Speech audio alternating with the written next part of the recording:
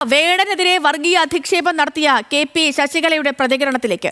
ശ്രീലങ്കൻ പുലികൾക്ക് ഇപ്പോഴും ദാഹിക്കുന്നുവെന്നാണ് വേടന്റെ സ്വത്വത്തെ പോലും അപമാനിച്ചുകൊണ്ട് ശശികല പറഞ്ഞത്. ലങ്കൻ പുലികളുടെ രക്തദാഹവുമായി ശ്രീലങ്കയിൽ നിന്നും വന്ന് കേരളത്തെ വിഘടിപ്പിക്കാൻ ശ്രമിക്കുന്ന കൂട്ടത്തിൽ ഒരാളാണ് വേടനെന്നും ശശികല പറഞ്ഞു. വേടൻ പട്ടികജാതി പട്ടികവർഗ സമൂഹത്തിന്റെ പ്രതിനിധിയാണോ എന്നും ചോദിച്ചു. വാക്കുകളിലേക്ക്. ലങ്കൻ പുലികൾക്ക് ഇപ്പോഴും ദാഹിക്കുന്നു എന്നതിന്റെ പേരില് ആ ലങ്കൻ പുലികളുടെ രക്തദാഹവുമായി ശ്രീലങ്കൻ ഒറിജിനുമായി വന്ന് ഈ കേരളത്തെയും വിഘടിപ്പിക്കാം എന്ന് തീരുമാനിച്ച് പ്രവർത്തിക്കുന്നവരുടെ മുന്നിലേക്ക് എറിഞ്ഞു കൊടുക്കണം ഒരു സമൂഹത്തെ. അവരാണോ ഈ സമൂഹത്തിന്റെ പ്രതിനിധികള്? പട്ടികജാതി പട്ടികവർഗ വകുപ്പിന്റേതായി പാലക്കാട് നടത്തിയ പരിപാടി, തനതായ എത്ര കലാവിഭാഗങ്ങൾ അവർക്കുണ്ട്. പട്ടികജാതി പട്ടിക വിഭാഗങ്ങൾക്ക് തനതായ എന്തെന്ത് കലാരൂപങ്ങളുണ്ട്. റാപ്പ് സംഗീതമാണോ ഇവിടുത്തെ പട്ടികജാതിക്കാരന്റെയും പട്ടികവർഗക്കാരന്റെയും തനതായ കലാരൂപം? ഗോത്ര സംസ്കൃതി അതാണോ? അവരുടെ വ്യക്തിത്വം ഉറപ്പിക്കേണ്ടത് അതാണോ?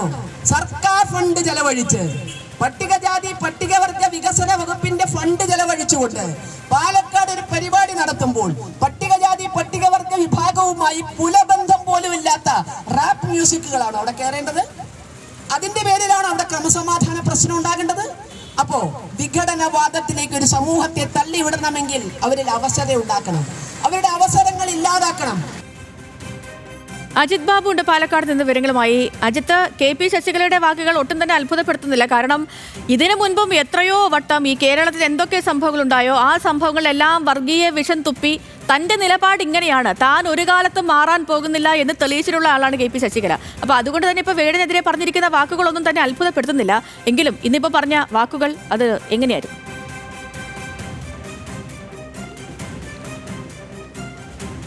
സേതുലക്ഷ്മി, അതിലൊരു പ്രത്യേകതയുള്ളത് വേടൻ ഉയർത്തുന്ന രാഷ്ട്രീയം, വേടൻ്റെ നിലപാടുകൾ, വേടൻ്റെ വരികളിലെ രാഷ്ട്രീയമൊക്കെ കഴിഞ്ഞ കാലങ്ങളിൽ സമൂഹത്തിൽ വലിയധികം ചർച്ച ചെയ്യപ്പെട്ടതാണ്. പ്രത്യേകിച്ചും ED ഉൾപ്പെടെ സിനിമാ മേഖലയിലെ ചില ആളുകളെ പരിശോധനയ്ക്ക് ഉൾപ്പെടെ നടത്തിയപ്പോൾ അതിനെതിരെ പ്രതികരിക്കുന്ന രീതിയിലൊക്കെ വേടൻ രംഗത്ത് വന്നിരുന്നു. മാത്രമല്ല വലിയ തരത്തിലുള്ള വിമർശനവും ദളിത് രാഷ്ട്രീയവും ഒക്കെ വേടൻ്റെ വരികളിലുണ്ട്. ഇതിനെതിരെയായിരുന്നു കഴിഞ്ഞ ദിവസങ്ങളിലൊക്കെ ഈ വിഷയമുണ്ടായതിനു ശേഷം സംഘപരിവാർ സംഘടനകളുടെ വിവിധ ഭാഗങ്ങളിൽ നിന്നുള്ള വിമർശനം വേടൻ ഉണ്ടായിരുന്നത്. മാത്രമല്ല പാലക്കാട്ടെ പരിപാടി നടന്നതുമായി ബന്ധപ്പെട്ട് വലിയ തിരക്കുണ്ടായിരുന്നു. പക്ഷേ അതിലെ പ്രതികരണത്തിൽ പോലും വേടനെതിരെയുള്ള വിമർശനമായിരുന്നു നഗരസഭ ഉൾപ്പെടെ നടത്തിയത്. അതിന് പിന്നാലെ ഉണ്ടാകുന്ന ഈ പ്രതികരണം അത് ഒറ്റപ്പെട്ടതാണെന്ന് പറയാൻ കഴിയില്ല. മറിച്ച് ഇതൊരു പൊതുവായ പ്രതികരണത്തിൻ്റെ ഭാഗമായി ഉണ്ടാകുന്നതാണെന്ന് വേണം നമ്മൾ വിലയിരുത്താൻ. അതുകൊണ്ട് തന്നെയാണ് ഇതിൽ വളരെ പ്രാധാന്യം അർഹിക്കുന്നത്. മാത്രമല്ല ആദ്യമായാണ് ഇക്കാര്യത്തിൽ വേടനെതിരെ ഒരു വംശീയമായ അധിക്ഷേപം ഉണ്ടാകുന്നത്. രാവിലെ ഇതുമായി ബന്ധപ്പെട്ട് നമ്മൾ ഈ പ്രസംഗത്തിൻ്റെ ഒരു ഭാഗം കൊടുത്തപ്പോൾ അതിൽ ഇത്തരത്തിൽ കഞ്ചാവോളി എന്നുൾപ്പെടെ വിളിച്ചുകൊണ്ട് വേടനെ അധിക്ഷേപിക്കുന്നത് ഉൾപ്പെടെയുള്ള കാര്യങ്ങൾ നമ്മൾ വിശദമായി തന്നെ ചർച്ച ചെയ്തതാണ്. പക്ഷേ അതിനപ്പുറത്തേക്ക് ആ പ്രസംഗത്തിൻ്റെ പൂർണ്ണ രൂപം പരിശോധിക്കുമ്പോൾ വംശീയമായ അധിക്ഷേപങ്ങൾ കൂടി അതിലുണ്ട് എന്നുള്ളതാണ് പ്രധാനപ്പെട്ട കാര്യം.